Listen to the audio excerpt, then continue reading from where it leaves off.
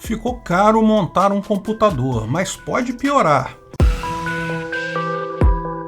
Esse é o Visão Libertária, sua fonte de informações descentralizadas e distribuídas. O mundo está com um problema. Indústrias no mundo todo, de todos os tipos, em todas as áreas, estão lutando contra a falta de peças e falta de insumos, bem como aumento no preço destes. A origem do problema é fácil de entender.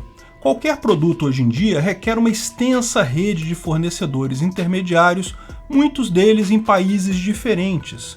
O iPhone mais recente da Apple, por exemplo, usa componentes e insumos de 43 países diferentes. Se faltar um desses componentes ou insumos, o produto final não fica pronto. É lógico que muitos desses componentes têm mais de um fornecedor, de forma que se a fábrica no país A não entregar o componente X no prazo, pode-se comprar da fábrica do país B o mesmo componente X. O problema é que, com todas essas medidas restritivas adotadas por governos no mundo todo para tentar conter o coronavírus, muitas fábricas acabaram deixando de operar. Muitos voos foram cancelados, muitas linhas de abastecimento afetadas. Isso gerou falha na linha de suprimento de vários produtos. No final, a escassez de produtos acabou se mostrando uma realidade para uma ampla gama de produtos no mundo todo. Hoje falta de tudo. Peça para bicicleta, para máquina agrícola, para tudo. Mas houve uma área muito mais afetada que as outras, a área de chips para computador e placas de vídeo. Se você acompanha o mercado de hardware aqui no Brasil, ou em qualquer outro lugar na verdade, deve ter visto que o preço de placas de vídeo e CPUs aumentou muito nos últimos meses. E mesmo com os preços mais altos, muitas vezes é difícil encontrar o produto para comprar. Lista de espera para compra se tornou comum nesses sites. Por que essa área foi mais afetada que as demais?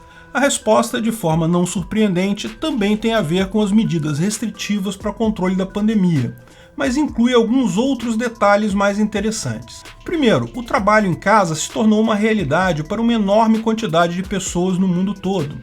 E isso teve o efeito de aumentar a procura por computadores melhores e mais modernos. Quando você fica o dia inteiro no escritório, acaba não dando muita importância para o seu computador em casa, só usa ele para ler uns e-mails no final do dia. Aquele PCzinho velho de guerra acaba dando conta do recado. Mas agora que você tem que trabalhar nele o dia todo, fazer reuniões, executar trabalho real, você precisa de um computador melhor. Muita gente chegou nessa mesma conclusão no início de 2020 e o número de máquinas novas compradas nos Estados Unidos e em outros países também ao longo de 2020 foi enorme. Além disso, as pessoas não tinham mais interesse em gastar dinheiro com viagens ou eram proibidas de viajar. Jantar fora em restaurantes e outras atividades desse tipo praticamente acabaram.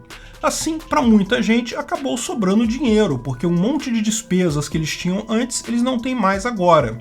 Uma das poucas coisas que as pessoas podiam continuar comprando neste período, PCs, games e similares. Isso também foi impulsionado por auxílios emergenciais fornecidos por governos. Lógico que a maior parte das pessoas que recebeu o auxílio precisa daquilo para sobreviver, para comida. Mas é ilusão achar que não teve um monte de gente que recebeu o auxílio e não precisava tanto assim. Bem que deu para comprar uma coisa ou outra com aquilo. Um outro fator também ficou bastante claro: as criptomoedas. Como muita gente estava impossibilitado de trabalhar em suas atividades costumeiras no seu emprego normal, as pessoas começaram a buscar opções do que poderiam fazer para ganhar dinheiro em casa. Muitos acabaram chegando à conclusão que mineração de criptomoedas seria uma boa ideia, principalmente de Ethereum e Monero. Minerar Ethereum requer placas de vídeo de boa qualidade. Monero, por sua vez, requer uma boa CPU. Esqueça Bitcoin. Minerar Bitcoin é impossível com computadores normais, apenas com chip especificamente desenhado para isso, e uma única ASIC custa dinheiro demais. No final, o custo de energia elétrica no Brasil praticamente impede que se tenha lucro minerando Bitcoin. Mas outras criptomoedas ainda conseguem dar lucro no Brasil, embora seja preciso tomar bastante cuidado. Temo que muita gente embarcou nesse tipo de atividade e pode acabar percebendo no final das contas que não é algo tão lucrativo assim como imaginavam, depois de descontar todo o custo do equipamento, desgaste, energia elétrica. No final das contas, corre o risco de perceber que perdeu dinheiro. Mas, ainda assim, muita gente buscou esse caminho, o que criou mais um componente nessa confusão. Ou seja, além da queda na oferta devido à falha nas cadeias de suprimento, fato que aconteceu na indústria de CPUs e GPUs da mesma forma que em outras áreas. Nessa indústria específica teve vários outros fatores. Pessoas trabalhando em casa, dinheiro que não poderia ser gasto com outra coisa e, acima disso, aumento na mineração de criptomoedas. Tudo isso agravou em muito a falta de componentes e levou ao aumento do preço desses. Todos os principais fabricantes de chips e placas de vídeo estimam que essa questão só deve se normalizar em meados de 2022, na melhor das hipóteses. Todos estão investindo em novas fábricas, em aumento de produção, mas nada disso deve resolver o problema no curto prazo. Isso porque o mercado está preso em um gargalo, a produção de chips. E aumentar essa produção requer investimentos enormes e demorados. Mas se os fabricantes dizem que a partir de 2022 a coisa pode melhorar, bem, saiba que também pode piorar conforme sejam os desdobramentos geopolíticos da guerra entre China e Estados Unidos. A produção de chips é uma atividade extremamente complexa, que se torna cada vez mais complexa e cara. Pouca gente se dá conta do enorme avanço que tivemos nessa área, desde os primeiros chips na década de 70 até os processadores de 7 nanômetros que temos hoje, e por enquanto, porque os de 5 nanômetros já estão sendo testados e os de 2 nanômetros já estão sendo anunciados. Vale a pena entender um pouco como essa indústria funciona. Primeiro, existem as empresas que desenham os chips, chamados designers. São as empresas que projetam o chip em si, desenhando as diversas camadas e interligações de cada chip. O produto final dessas empresas é um esquema computadorizado de como será o chip. Essas empresas então enviam esses esquemas para as chamadas fundições ou manufaturas.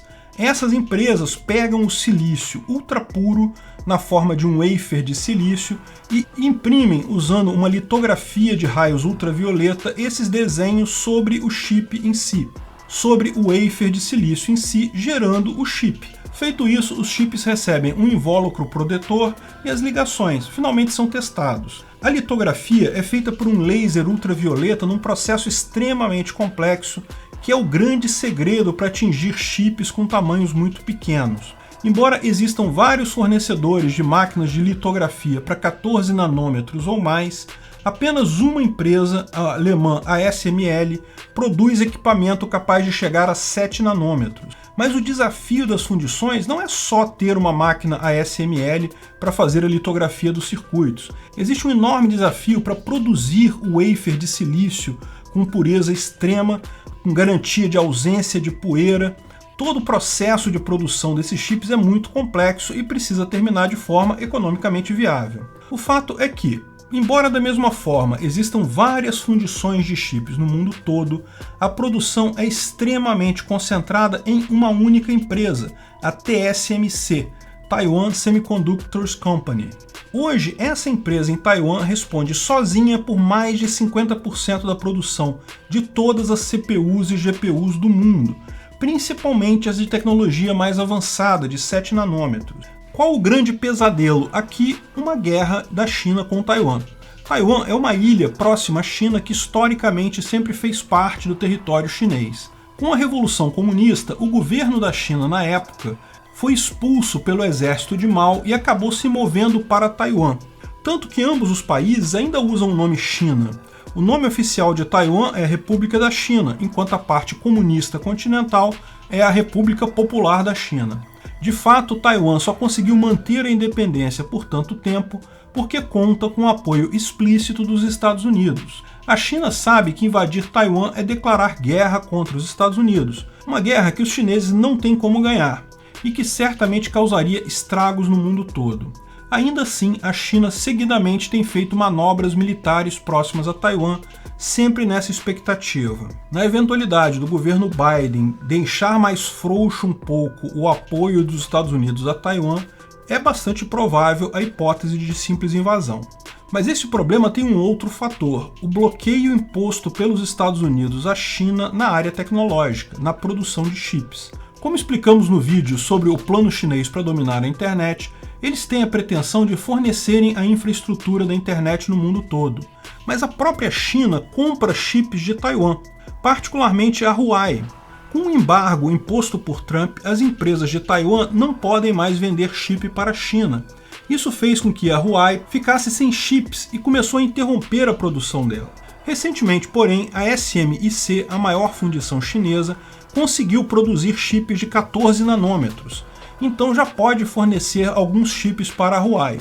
Eles ainda vão demorar a chegar a chips de 7 nanômetros, porque o embargo impede a ASML de fornecer a máquina de litografia ultravioleta necessária para tais chips para a China. De qualquer forma, chips de 14 nanômetros já são uma grande evolução. Repare a situação, a China neste momento não depende mais de Taiwan para seus chips. Os Estados Unidos, porém, dependem.